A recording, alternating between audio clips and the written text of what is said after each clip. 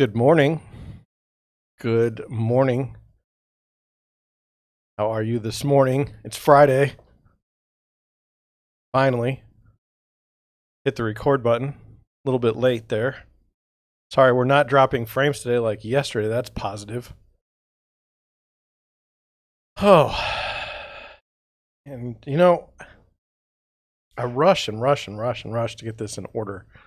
And right at the last minute, there's always some kind of something going on where, it takes me out of my element. You guys know that I was working on those camera settings yesterday. Okay, actually the day before. And you know that I freaked out when I looked at the results the next day, yesterday, and it was saying I was dropping frames and I was lagging and everything. I went back and looked at the recording and there was nothing wrong. And so, like myself, all I want is a nice, clean, clear, and crisp video for my viewers. This is all I want, okay? And I hate, it looks smoky all the time. And now I'm starting to think that maybe my computer monitor, when it plays YouTube videos, is just bad, because I looked at the option to play the video today and it was playing at like 720. And I run my podcast at 4K. I upload those at 4K. So I had the option to switch up to 4K, and I looked at it, but it doesn't look that great on my monitor. I'm telling you, when I look right now, the way it's set up, I can literally look at myself broadcasting. Okay. It's right below the camera. And just so you know, if you ever want to know, the camera is right at this level. Okay. In fact, it'll probably screw up with the focus. So here's the camera, right there. Okay. My hand is actually above where the camera is. Okay. And so then I'm right here. And the screen that I can see is a little bit below that. And it's beautiful. It is beautiful. Now, when I go to the YouTube video to play it again, it's not beautiful. I don't even understand what's going on. And the other thing is, let's just get it all out there. One, I have my stuff set up so that I can have a recording of the show. Well, my viewer count is never right.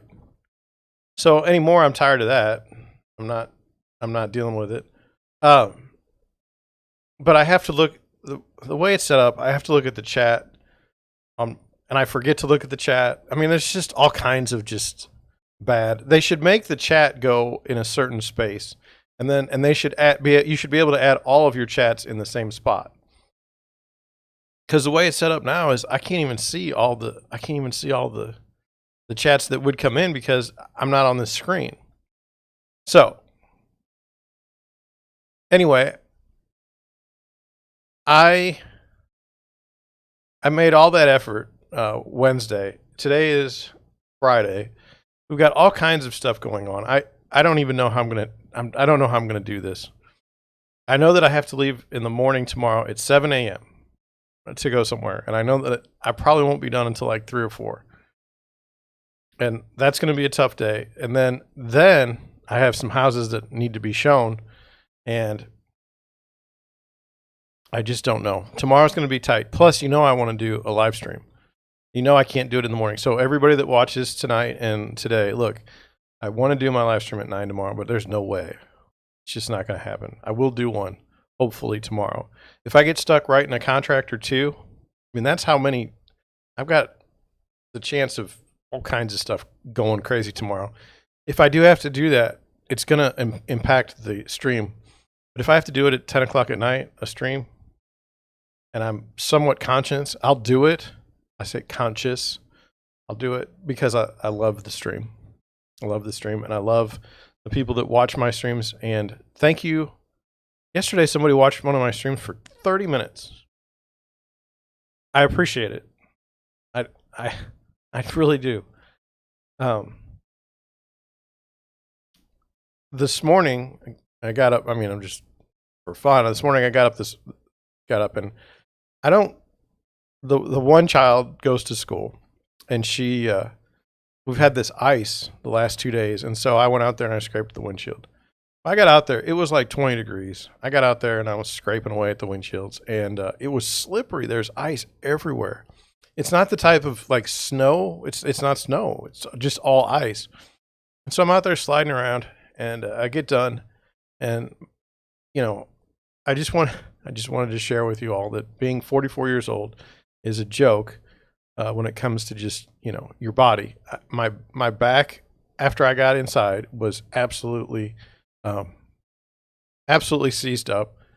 My body just hurts and I'm tired. And then it's terrible. When I was 20, none of this happened. None of this happened. And so anyway, I got that done. And I think my point there is, hey, isn't it amazing how we get older? Now, I can already tell that today is going to be one of those days. Okay, I mean, just bear with me. Number one, the topics that we have to discuss today are not that great. And maybe I'm doing bad live streaming when I say that, but can I make them better? I don't know. But right now, it's not looking real positive. And I don't want to go out of my way to bash things, but we're going to look at houses in Newark, New Jersey. Luxury homes in Newark, New Jersey. Does anyone want to live in? I mean, no offense to people of New Jersey. You're wonderful people. But Newark, it's just not looking real positive. Not looking real positive for us today and what we like to look at. I mean, we like to look at mansions that are, $10 million and like awesome square footage, awesome amenities.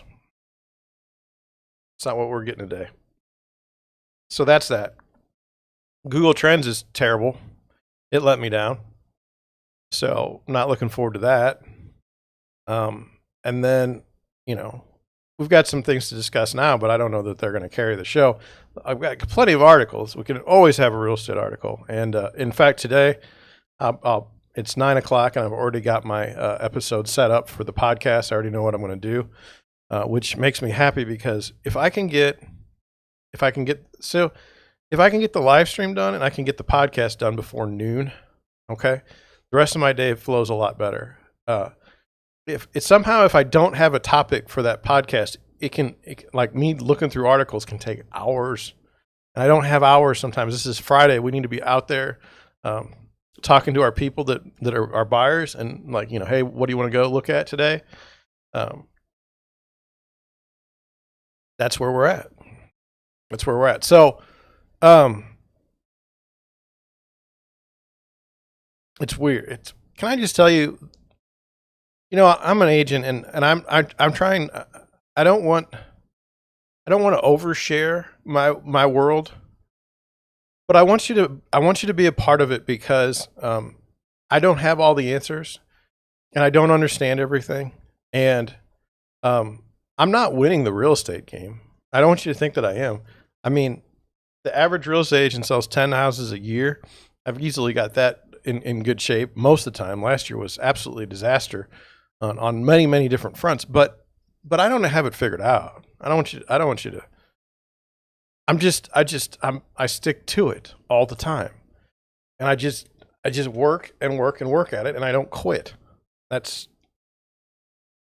the way it is. And I try to get myself where I'm not forced to quit. We had a business when I was when I graduated college. My dad and I had a business where we fixed trailers and semi-trailers and things like that, and it was not pleasant by any stretch of the imagination. It was hard work, and we ended up having to quit because we had more expenses than we had income. That shuts you down. And we lived a very frugal life. I mean, we made every effort to make it work, and it just didn't work for us. We had some of our biggest accounts went bankrupt, and it was terrible. But it was a very good learning experience. And then I was on a track to go back into the workforce, and somehow something inside me just won't let me go. I have to be in my own spot. I don't know why. I I just cannot see myself at any sort of corporation that I don't have anything to do with, that I don't have any ownership in. It's just not for me. Now, this puts me in a weird spot because, you know, my kids are they think, oh, go work for the large Fortune 500 corporations, or these large multinationals. It'll be great. Or work for healthcare, or work for they don't see the world like I do. And I'm not, it's not a criticism. It's just one of those things. So anyway, in the real estate space, okay, I don't know it all. And I like that. I accept that. I find the level of hubris with some agents off-putting. Don't tell me you know everything about real estate, because you don't. I know that you don't. Okay. I'm not going to call you out on it because it's just not my nature. But anyway, the story is this. Okay. This is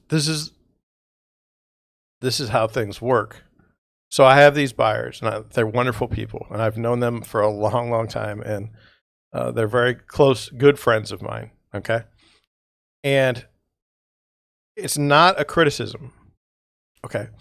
But I know that they're going to, I know they want to buy a house, and we've seen a few houses, and it just hasn't worked out for one reason or another.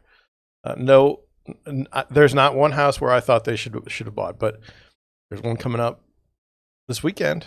Now, you know, I can't go show the house until probably like 3 or 4 tomorrow. You know, I do not have the ability.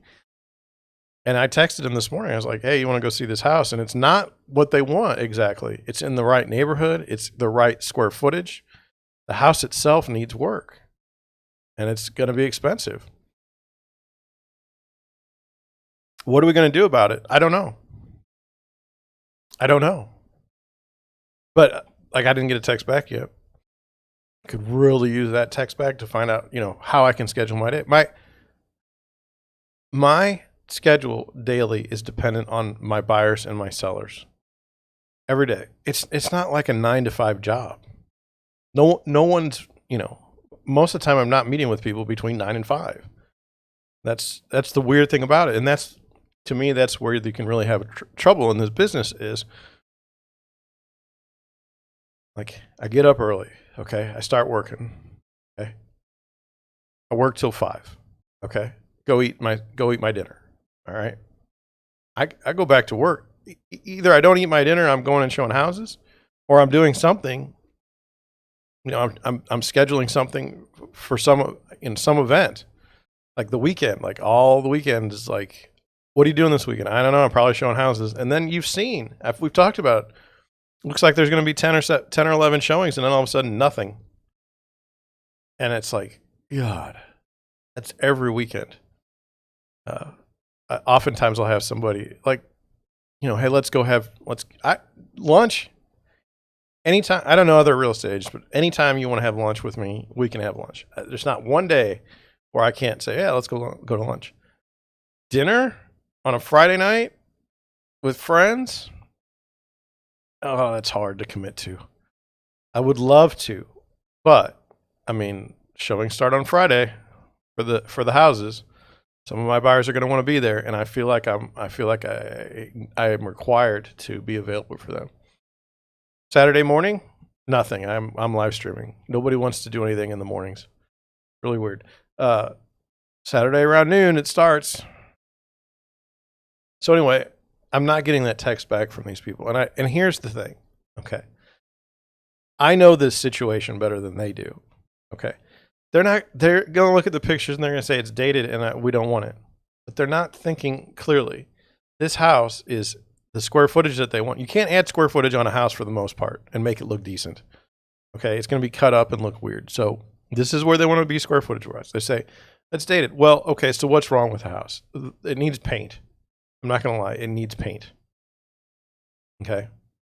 It needs flooring. Nobody wants carpet that I know. Now, will that change down the road? Sure. But right now, we're not doing carpet. So they need to change that. Kitchen, is it kind of dated? Yes. Can they fix it themselves? Yes. They're very bright people. And then there's the chance that they could be doing things like, redoing the basement if they want to over time. I don't know if it's a walkout. but they have options. They have options, and so they have to go look at this house. They don't have a choice. They don't look at this house, I'll be mad at them. Or maybe I'll tell them. You say, well, John, you're pushing them into a house they don't want. Well, how do we know they don't want the house? We haven't even gone to look at it. You say, well, the pictures are, stop with that. Stop with that stupid thinking.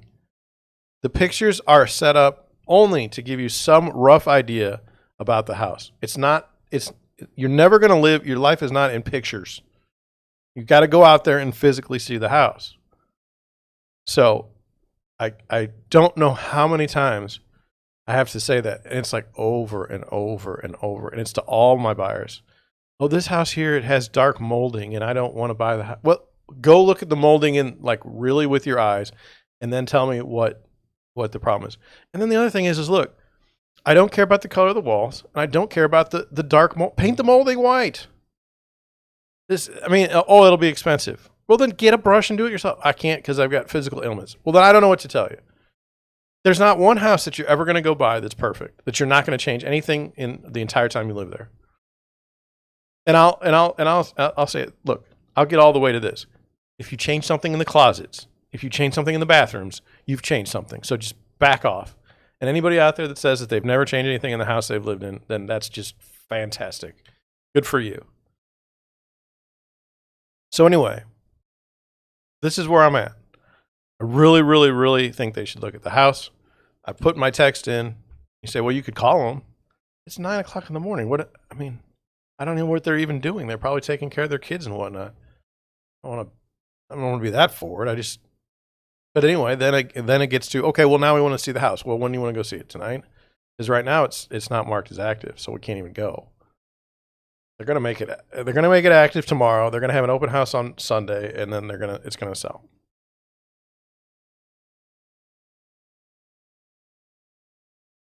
Don't make fun of me, but I'm ready to write an offer on the house right now.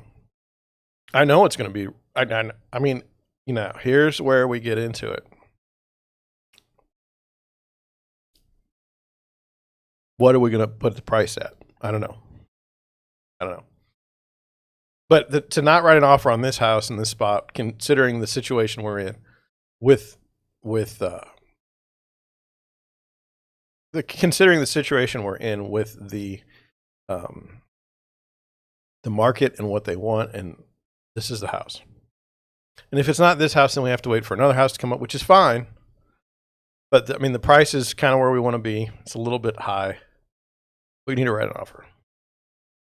And if we don't write an offer, I'll be surprised. Even if you write it for less than asking. You say, well, John, why would you do such a thing in this market? I'm not saying a lowball offer. I already know what the last house sold for in the subdivision. We were watching it the whole time. This is a no-brainer to me. But, this is why I work with buyers and why we work through it, because it may not be good for them. So what's funny to me, I'll just tell you, since we're here, I'll go to houses and I'll rip a house. Like, don't kid yourself. If there's a house that I don't think makes any sense for my buyers, I'll tell them. And what I think is more fun is there'll be times when my buyers come back and say, hey, I want to write it. I know you don't like the house, but I'd like to write an offer on it. And that to me is fantastic, because that's like, hey, we like this house so much, we will write an offer on it. We want to write an offer on it. We appreciate your input, but this is what we want. And I had that happen in maybe July of this year. The reason why I was upset, because it was a 3-bedroom, 2-bath house, and the second bathroom was terrible. It had a shower that was on the side of a wall that was slanted, and so it was maybe a shower for like people that were less than 4 foot tall. And one of the people is like 6 feet tall, so it's just, they'd have to take a shower like this. It's not a full shower. It's just, they like the house, they like the location, they like the price, and so they couldn't be happier. Am I happy for them? Absolutely. You say, oh well, you shouldn't. You didn't know that they wanted the house. No, I think that if I show everyone, if I show my buyers what I'm thinking and what I see that's wrong with the house or what I see that's right with the house, and those things aren't an issue enough for them to not want to write an offer, that's fantastic. Here's where it got weird when I was working with these new buyers just this past weekend. We were in that house when there was another agent. That agent was just selling that house. Just, oh, this is the greatest house ever. You really should write an offer. And I wasn't, and I won't.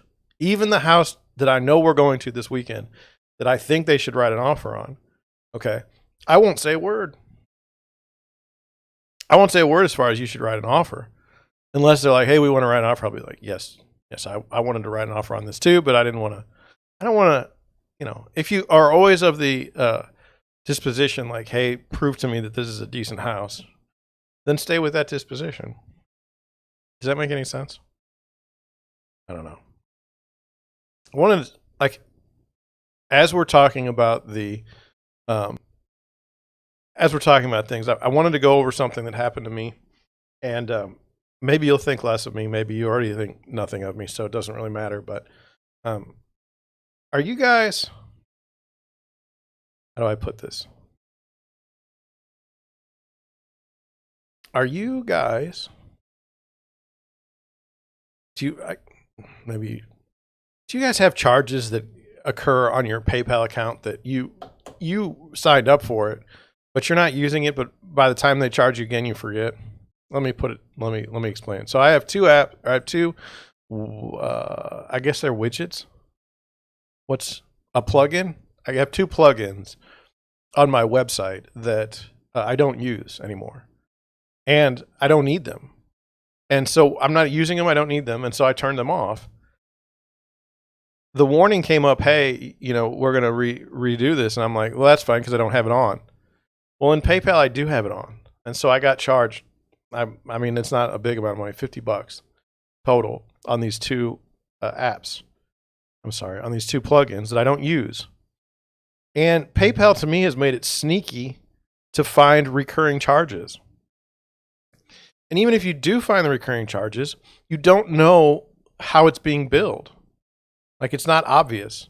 Like, the one company has a certain name and then it's being billed as something else. And I don't remember what I paid a year ago or 2 years ago. So it's quite confusing. Why is that relevant to you? Well, because it's like, how many, I saw one of these, there's an app or something that says like every month it goes through and tries to get rid of subscriptions and stuff that you don't want. And I have, I'd say, personal and business wise, I probably have $150 a month going out that is on stuff I don't use. It's hurtful. There's one that I want to switch. Sometimes they just make it so hard to cancel. It's like, I don't have time for this. I just don't want to deal with this. And then other times it make it tricky, like the PayPal stuff. I can't even find the screen that I need to get to for the recurring charges. And then on the recurring charges, I don't want to, the fear is that you're going to cancel something that you use. It's so fascinating. So fascinating. Now, let's get into one other topic. I started the live stream because I wanted to be able to somehow express what I was thinking, okay, in real time with an audience and not have it be terrible. To explore things like when I think I'm not thinking in verbally, okay? It's just like back in my mind and it just gets tossed around until we get somewhere. I wanted to discuss this event that occurred yesterday, and here's what happened. I was watching a live stream. No, I was watching a recap of a live stream. Viva Fry and George Szamuely. Okay, now Viva's in Canada. George Szamuely, I think he's in London, but I think his family was in politics, for many years. And anyway, he wrote a book. Okay, okay. How do I do this? The world is a fascinating place. He wrote a book that I didn't know this until last night. He happened to write a preeminent book on the fall of Yugoslavia. Well, now that's kind of weird. Or why do you care about that? Well, my wife's from Bosnia, former Yugoslavia, and she has opinions about the war. And then, so as as we started dating and as we ended up getting married, like I've got all these Bosnian friends, and they all have different opinions. Okay, like understand, there's not one group that has the same opinion. And we don't talk about the war every time because that's depressing, right? It's bad though. It was bad. So so I understand from this level the non-uniformity of thought to this war. I don't know if all wars are like that. I don't know. But I just know that this particular one, not a uniform thought across the board. Okay? So I'm watching this guy who's not from there. I know that. Write this, and I know he wrote this book, and he's a brilliant fellow. Okay, don't get me wrong. Brilliant, writes this book, okay? And he starts saying things that I know don't go over well with my wife. I just know it. So much so that I'm not even going to talk to my wife about it because why bring up a fight, right? So he's talking about these things, okay? And he's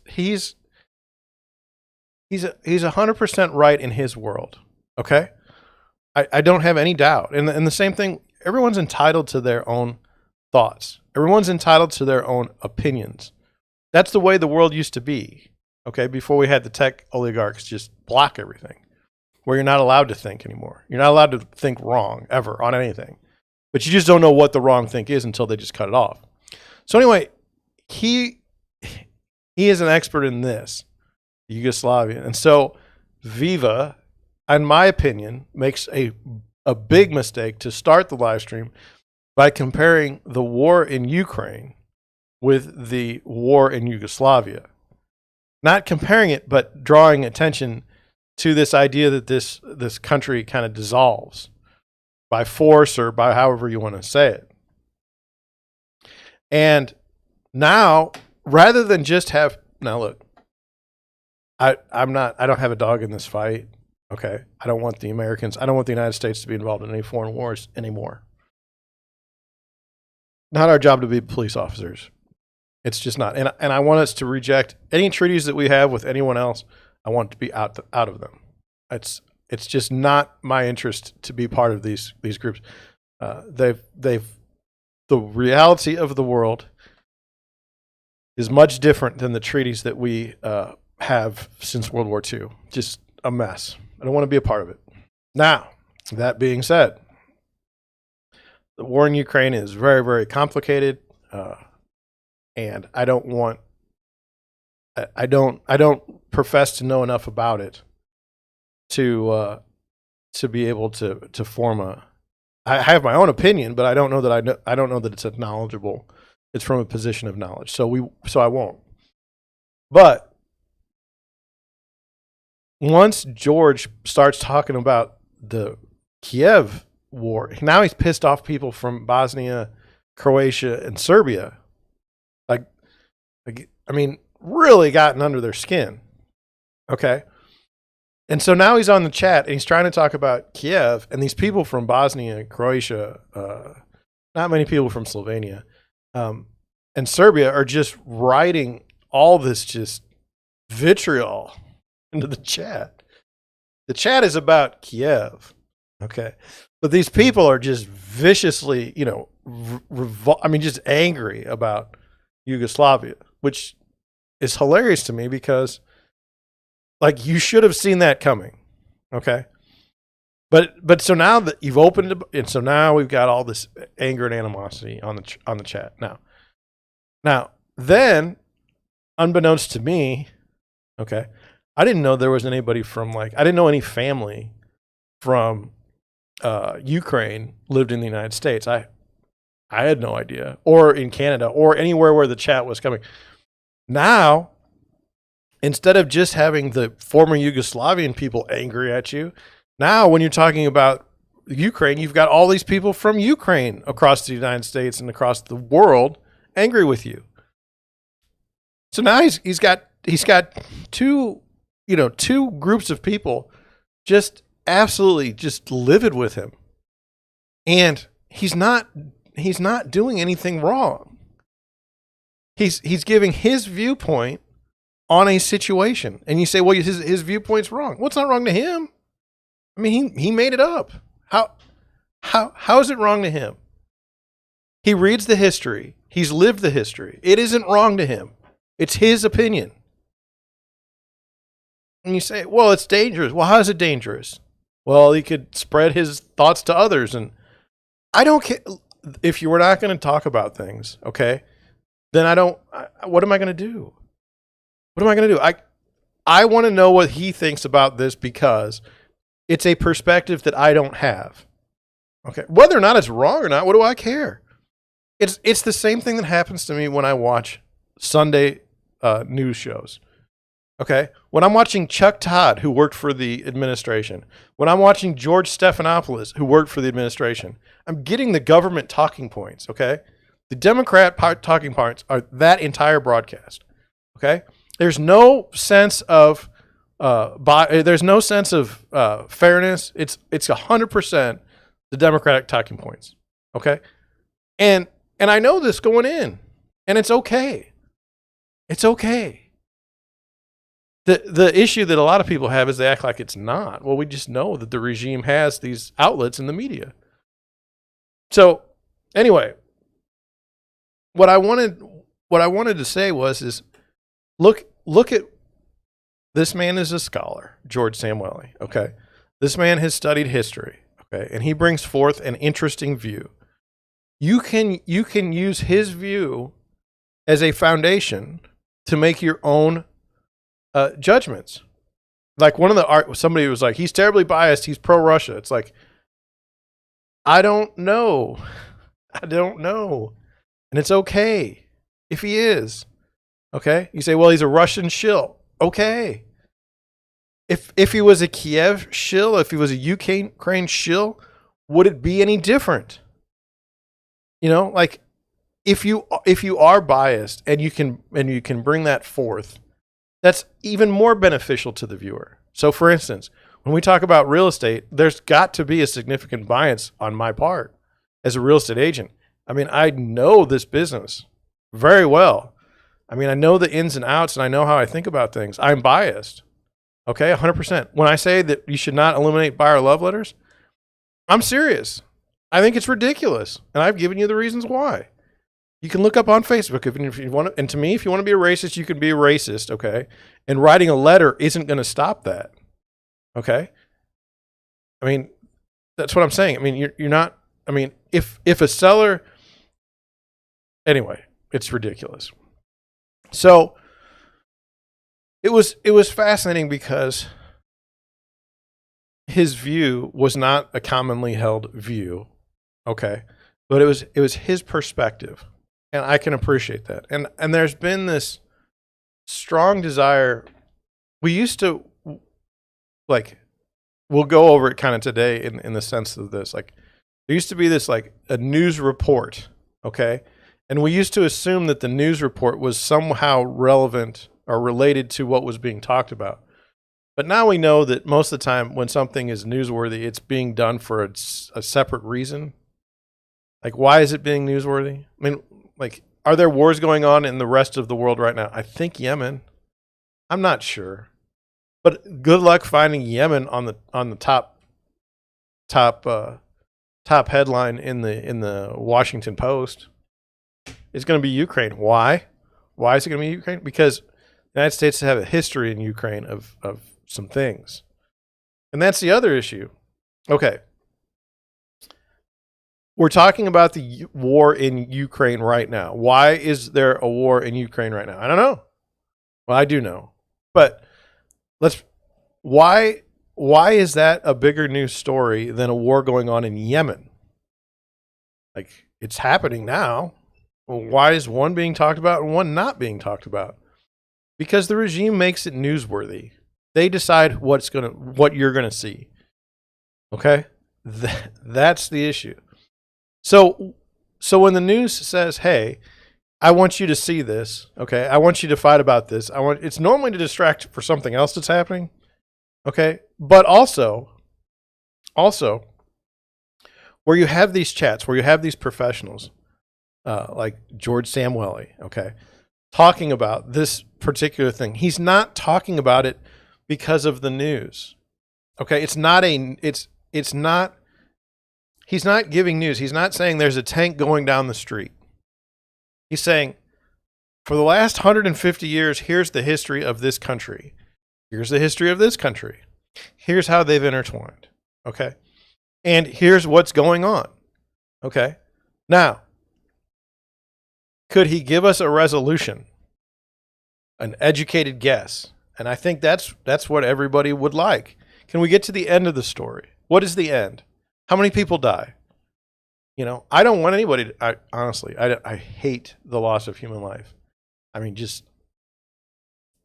for any reason, it's just, and don't understand, when I was 20, well, murder everybody, totally cool. You know, whatever. But now, ugh.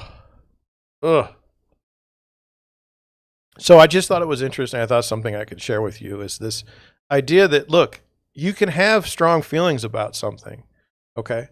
And you don't even need to, your opinion doesn't even need to be changed.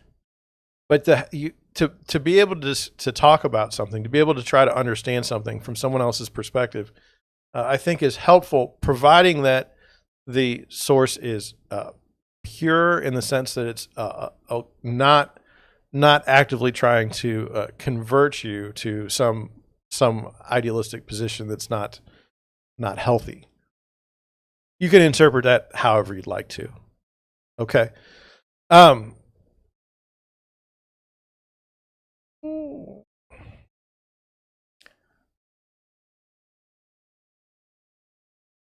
We have one other. No, we don't have one other.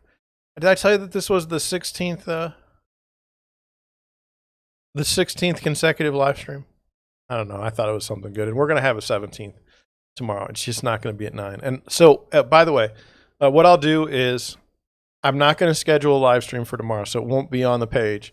I'll tweet. It's on the Deerwood Realty page is where I'll tweet out when I'll be on the live stream. Okay, when I'll do it, and then I'll just set it up. It's the best I can do. I don't want to commit to a time before I know when that will be. So yeah. Now,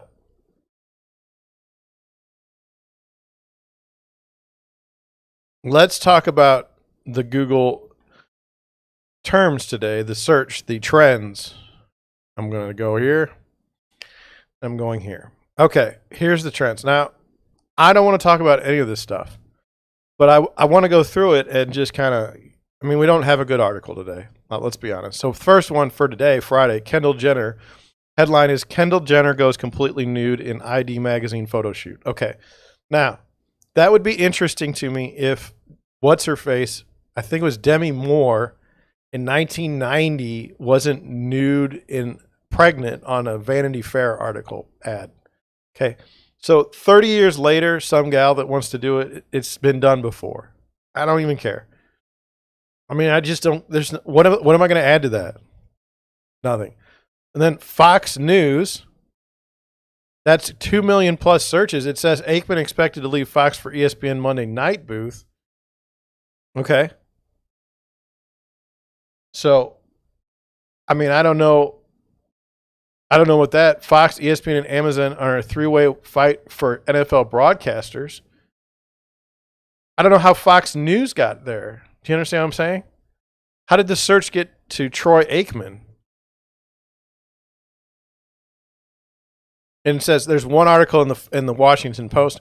Now is the time to remember what Fox-owned lawyers said. I don't trust anything. When you have a Washington Post, which is it's just as far left as you can be, okay, attacking Fox News, I'm not going to get the right coverage. Okay, I'm happy to listen to it. I'm happy to read it if I have time. but I'm not going to get. I'm not. It's not. It's not a good coverage. So I've got Aikman, which is sports, and then I've got Fox News, which is probably the highest rated. And believe me, I used to watch Fox, and I hate Fox News. I hate what they've done to it. It's disgusting. Can't stand. I'll tell you one reason right now. Paul Ryan's involved in the management over there. That guy's a terrible. Was he a senator even? I don't know. He's something, but he was terrible at everything he did. What else? They got Hannity. I'll tell you every single Hannity broadcast. Hannity's upset. Okay. Hannity calls his friend Lindsey Graham. Lindsey Graham comes on and says he's upset. And then they both sit there and bitch for an hour. And then meanwhile, Lindsey Graham doesn't do shit ever. And so I don't need to see that. I already know what's going to happen. Pretty much. I mean, it's just like, I don't need to watch a whole show about that. So anyway, Fox News, done with Fox News. Chernobyl.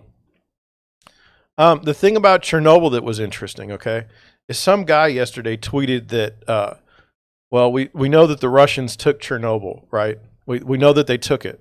And then so they're like, well, this guy writes, what's Chernobyl? This guy's writing,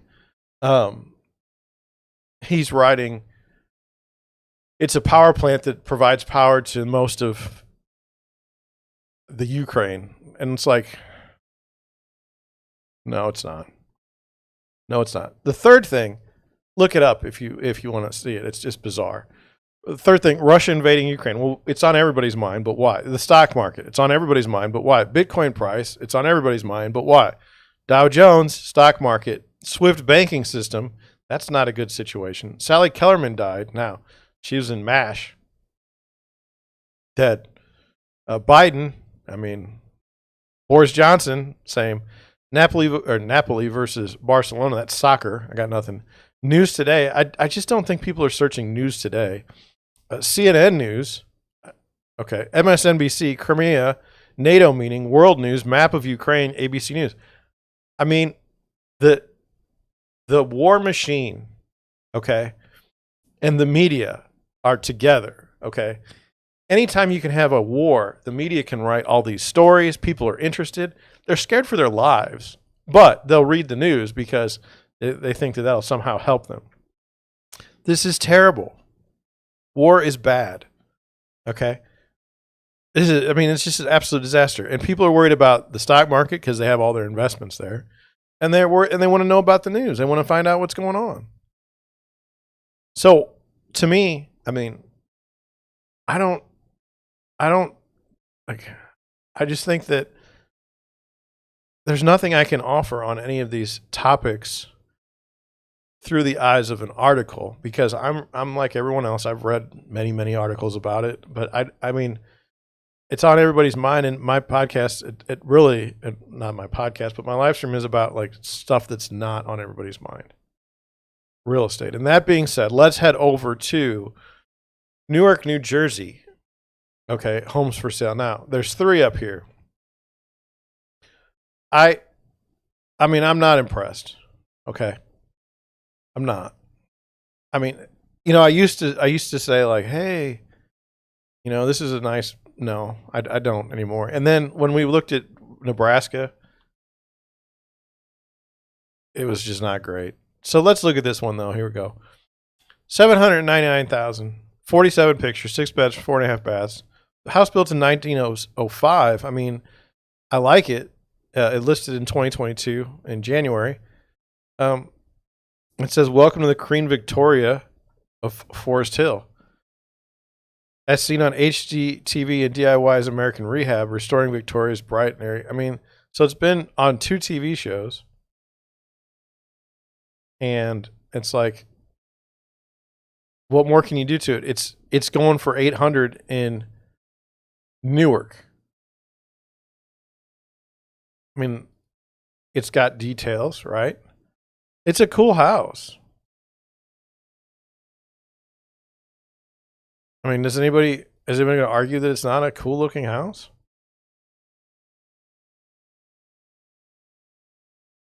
It's got a nice kitchen.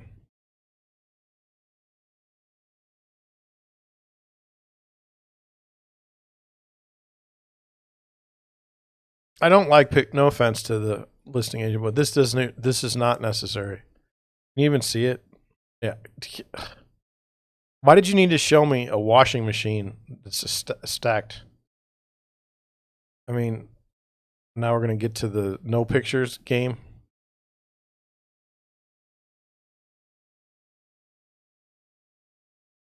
I mean, this isn't helping my desire to watch or to learn about Newark.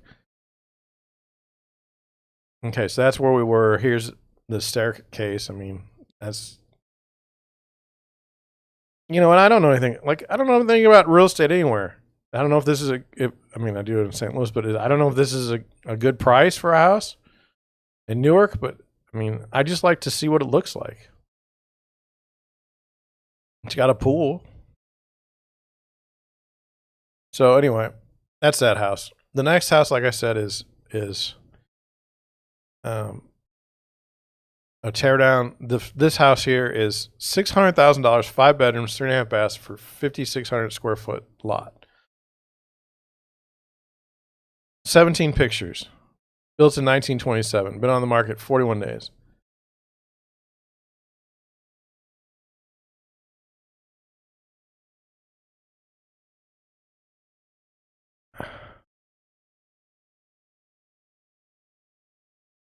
I mean, it's just like, whatevs. And then we'll do one more, 599,000, and then we'll get out of Newark.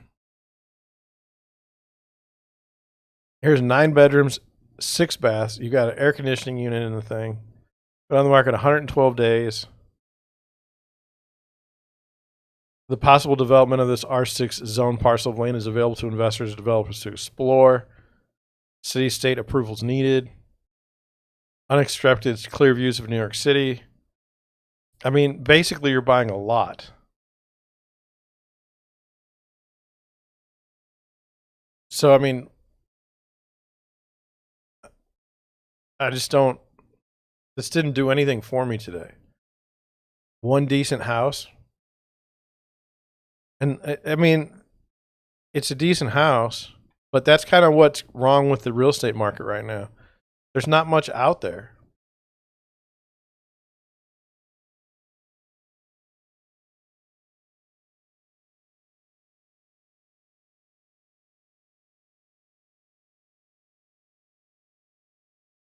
So, anyway.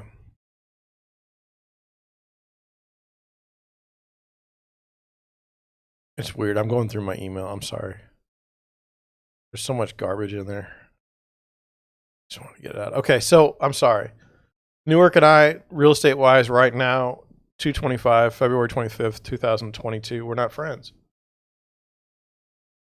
I'm just being honest with you. Maybe next time I come through, it'll be better. But right now, terrible.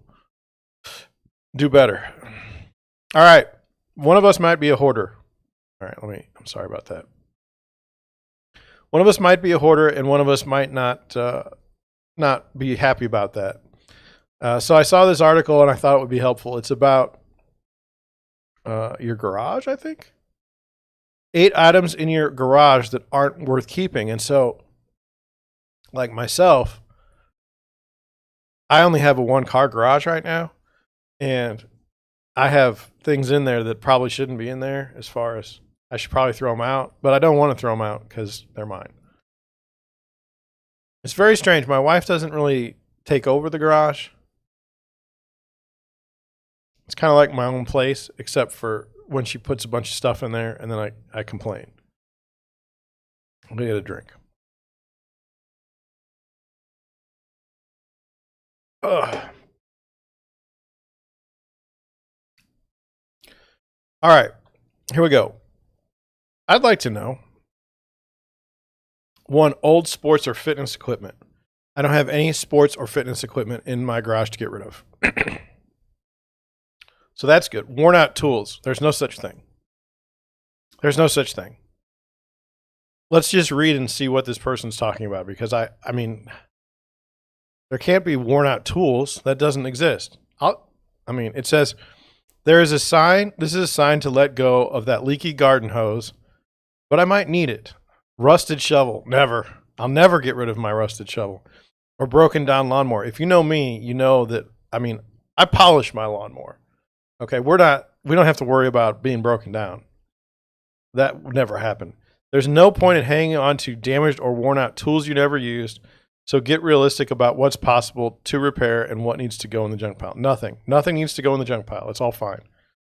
A good rule of thumb, if you already placed the tools with something new, it's time to ditch the old one. No, because if you have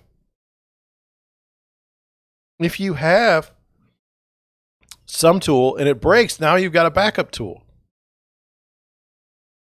For tools that are still functional, consider donating to a local charity. No, they're my tools.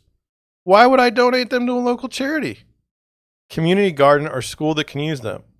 Otherwise, contact your local waste management authority for instructions on how to recycle or dispose of old tools and equipment.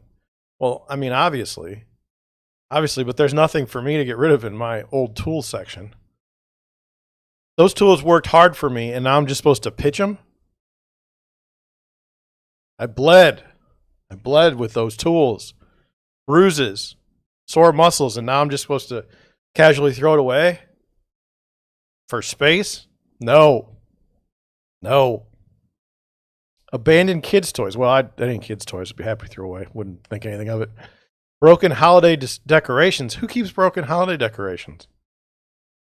I don't even understand. Partially used paints and chemicals. Well, look. I may have partially used paints and chemicals in my garage. And look, I'll be honest with you. I know that some of the paint's no good because it's latex paint, and when it freezes, it goes bad. It's been in the garage for like 4 years. But my wife wouldn't let me put it in the basement. So, and you're not supposed to put it in the basement because it can cause fire. So, and then as far as used chemicals, yeah, but storing old paint, cleaning products, or pesticides inside your garage doesn't just waste space. It can also pose a fire hazard and a health risk to your family. Well, my kids shouldn't be eating pesticides. Like that's just part of it. Don't do that. Any paints or chemicals that have expired or lost their effectiveness should be disposed of immediately. Because these items are typically considered hazardous waste, however, you can't just simply toss them in the trash. Check local ordinances, learn the best way to dispose of old paint or chemicals, which might include letting the liquid dry out before throwing it away or taking the product to a hazardous waste drop-off site. I'm not getting rid of my chemicals and my old paint. Like, I've got to catalog the paint colors before I throw it out, so I know. Unused furniture. Joke's on you. I can't fit furniture in my garage. Leftover building materials. Oh. So it says it's generally good practice to purchase extra project materials to allow for mistakes or repairs later on. But if you're still holding on to leftover supplies years later, consider whether your garage space could be better used for storing something else. Find creative ways to repurpose extra plywood, trim, or patio stones through another project, or look into organizations that accept building material donations such as Habitat for Humanity. I'm not getting rid of my spare wood, nor am I getting rid of my tiles my extra tiles that would match my floor. It's not going to happen. No, and then it says items awaiting donation. Well, I don't have anything. Wow, that was hurtful. The idea that I would get rid of worn out tools, it's just not going to happen. They're mine. Oh, okay. I don't know. Let's look at this next article. It says single family rent. Now, if they do it on RIS Media again and pop up like premium only, I'm going to be angry. They're just getting back in my good graces after about a month of not making it. Single family rent growth tripled year over year in December. Well, this is February, but the point is that's not good. It's not good.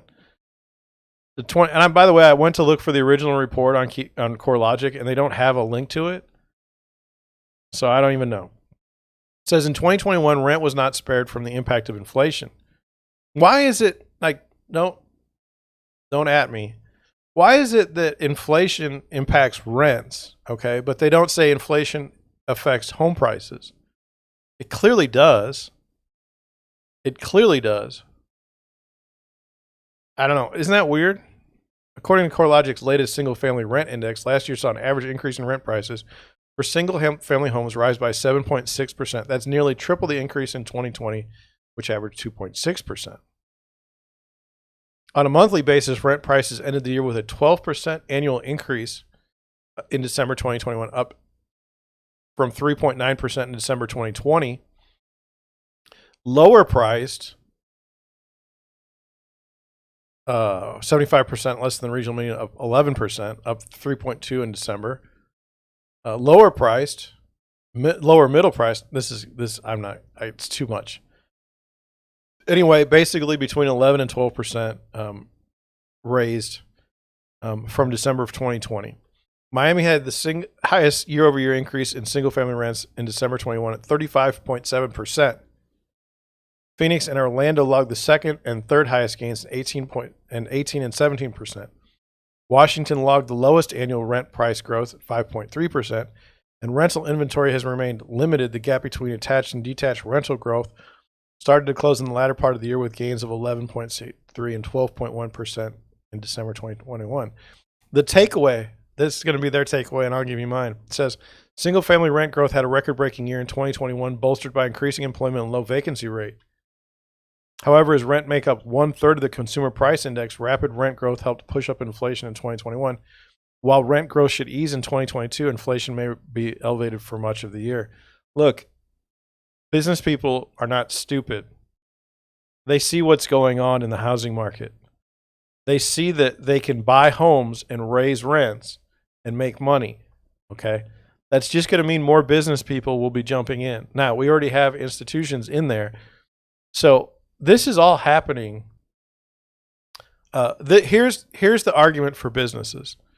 The argument is this. Hey, look, why is it that every other part of the world we can invest our capital and make a return, and it may suck, but you as a human, you as a person, an individual, not a business, can buy a home, and you're somehow entitled to, if you just stay in the home, price increases that are better than anything I can do with inflation. Like, why should you be able to get a piece of the pie, like as a person, but I can't as a business? Like that's counter to every single business ethos that they have. They're like, look, if we spend X and we make Y, that's perfect. That's great. So they're all going to jump in. We're going to blow the housing market into just smithereens. It's gonna be terrible because of exactly what I'm telling you. Business people don't have this. They don't feel that they're ruthless. Okay, they don't see why you as a person should be able to live in your house, and when you sell the house, have any sort of equity. Okay, that's not right to them. They deserve the equity. They're risking their own capital. They don't care about yours, but that's what's going to happen. We're going to make the housing market like Starbucks, like McDonald's. Okay, it's going to suck. It's going to suck, and there's no amount of warning that I can do. Let me check how many. Okay, I have one person watching my stream right now, so it's not like there's not like a whole lot I can do to get the word out there with my one viewer. But it's coming. And when it does, I'm sorry. I warned you. Myself and this other person know that it's going to happen. All right. I don't know. Was I a little animated today? A little more animated than usual? Let me get back to my base frame. It wasn't intended. It wasn't intended. I honestly didn't think that it was going to go as well as it went and smooth. I mean, I was looking at this about 8:45 going, wow, we got nothing to talk about. We got no Google Trends. We got no Newark looks terrible. How are we going to get through this? And yet here it is 10 o'clock and I could go on for many, many more hours. I won't. I have a shelf life. I get it. I mean, the big thing we learned today is that someone would actually think that I would get rid of worn out and old tools. Like that's never going to happen.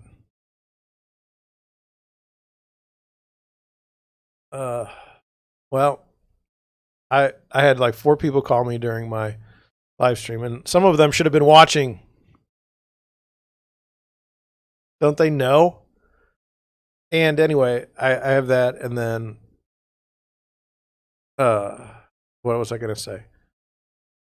That's all I have for today. I'm going to call those people. I'm going to do my podcast, and the rest of the day is going to go where it goes. Thank you for watching, and I will catch you tomorrow. I don't know when. It'll be the afternoon.